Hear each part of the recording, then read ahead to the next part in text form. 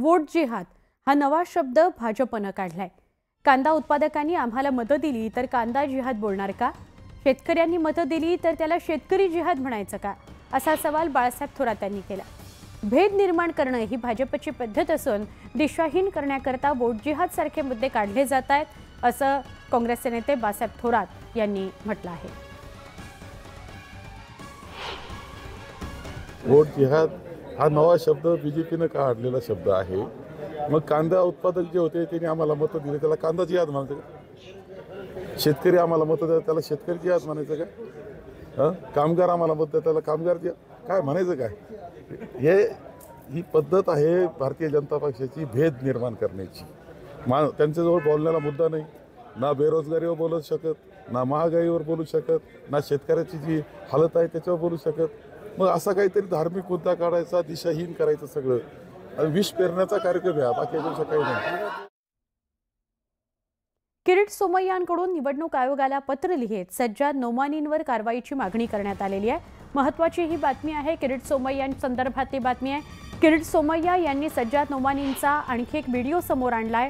लोकसभा निवडणुकीत भाजपला साथ दिलेल्यांचे सोशल बॉयकॉट करा, व्हिडिओद्वारे नोमानींनी हे आवाहन केलंय आणि हा व्हिडिओ किरीट सोमय्यांनी समोर आणलाय।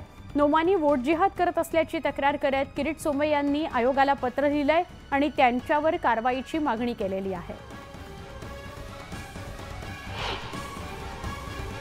साथ देने वाला न बने, कहिए इंशाअल्लाह। अगर आपके इलाके में कोई जालिम का साथ दे तो उसका बाइकआउट की। मुझे मालूम है लोकसभा के इलेक्शन में आपके कुछ लोगों ने बीजेपी का साथ दिया था।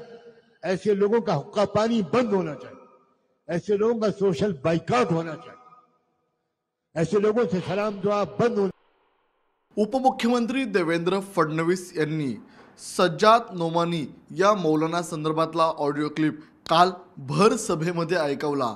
या भर सभेमध्ये हे मौलवी कशा प्रकारे वोट जिहाद संदर्भात बोलतात ते संपूर्ण महाराष्ट्राने ऐकलं। मात्र वोट जिहाद प्रमाणे आपल्याला सोशल बायकॉट देखील करावं अशी मागणी किंवा असा मेसेज या मौलानाकडून संपूर्ण सोशल मीडियावर व्हायरल होताना पाहायला मिळतोय। आणि या संदर्भातच भाजपा नेते किरीट सोमय्या यांनी निवडणूक आयोगामध्ये तक्रार दाखल केलेली आहे। काय नेमकी त्यांची तक्रार आहे आपण जाणून घेणार आहोत। सर काय सांगाल? निवडणूक आयोगाला सांगितलं अशा प्रकाराने धर्मगुरू असले तर त्यांना आम्ही सन्मान देतो, परंतु मतदानाच्या प्रचारात त्यांनी अशा पद्धतीने धार्मिक भावना भडकवणे हे कायद्यात गुन्हा आहे। निवडणूक आयोग कारवाई करणार। मतांचं ध्रुवीकरण करण्यासाठी या मौलानांकडून या ठिकाणी सोशल संदेश व्हायरल केला जातोय। यामुळे दोन समाजामध्ये वितुष्ट निर्माण होऊ शकतं का? आणि निवडणूक आयोगाकडे तुम्ही पुन्हा काय फॉलोअप घेणार आहात? वास्तविकरित्या राहुल गांधी उद्धव ठाकरे यांनी याचा स्वाद लोकसभा निवडणुकीत घेतला। 100% मतदान आणि 100% मतदान भाजपला हरवू शकतो असा एका उमेदवाराला। तर त्यामुळे उद्धव ठाकरेच्या काही जागा आल्या, म्हणून तीच फॉर्म्युला आता विधानसभेत वापरत आहेत। हिंदू वस्तीत जाऊन उद्धव ठाकरे बाळासाहेबांचं नाव घेतोय आणि मुस्लिम वस्तीत येऊन ते जनाबे आला। तर हे जे अशा प्रकारांनी ज्या मुस्लिम कार्यकर्ता दुसऱ्या पक्षाचं काम करतात त्यांना सामाजिक बहिष्कार करायला सांगणार। त्यांचं पूर्ण भाषण आहे की बीजेपी को हराओ, बीजेपी को हराने वालों को पक्ष में मतदान करो, इसको वोट जिहाद कहेंगे, सोशल बॉयकॉट। आपल्याला आठवत असेल 1990s मध्ये बाळासाहेब ठाकरेंनी धार्मिक भावना भडकवल्या हिंदूंच्या, म्हणून निवडणूक आयोगात काँग्रेसने तक्रार केली होती आणि बाळासाहेब ठाकरेंवर 6 वर्षासाठी मतदानावर प्रतिबंध लादण्यात आला होता, निवडणूक लढण्यावर प्रतिबंध लागला। आम्ही हीच अपेक्षा आता या मौलानांवर करीत आहोत। या मौलानांसंदर्भात सुरुवातीला देवेंद्र फडणवीसांनी ऑडिओ क्लिप ऐकवला, त्यानंतर आता लेखी तक्रार भाजपा नेते किरीट सोमय्या यांनी दिलेली आहेत।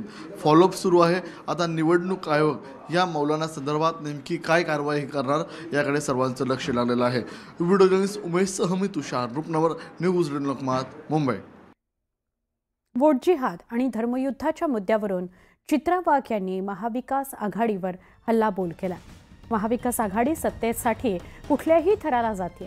मुस्लिम समाजाच्या मतांचं विभाजन करण्याकरता मवियाचं राजकारण सुरू आहे असा आरोप भाजप नेत्या चित्रा वाघ यांनी केला आहे. नोमानी त्यांचा सुद्धा व्हिडिओ व्हायरल झाला. आमच्या देवेंद्रजींनी त्यांची ऑडिओ क्लिप ऐकवली. त्या नोमानींचे सिपे सालार शरद पवार, उद्धव ठाकरे आणि काँग्रेसवाले यांनी 17 मागण्या दिलेल्या मान्य केल्या. या 17 मागण्या विध्वंसक आहेत, महाराष्ट्राच्या लॉ अँड ऑर्डरवरती मोठ्या प्रश्नचिन्ह निर्माण करणाऱ्या आहेत. आणि अशा वेळेला महाराष्ट्राची माती झाली तरी चालेल, पण आम्हाला मुस्लिमांचं मतांचं तुष्टीकरण करण्यासाठी, मुस्लिमांच्या मतांसाठी महाविकास आघाडी आता कुठल्या थराला गेली आहे हे महाराष्ट्राने पाहिलं आहे. आणि म्हणून हा वोट जिहाद आहे. याच्या विरोधात सगळ्यांनी एकत्र येऊन याला चोख उत्तर देणं अतिशय गरजेचं आहे असं मला वाटतंय.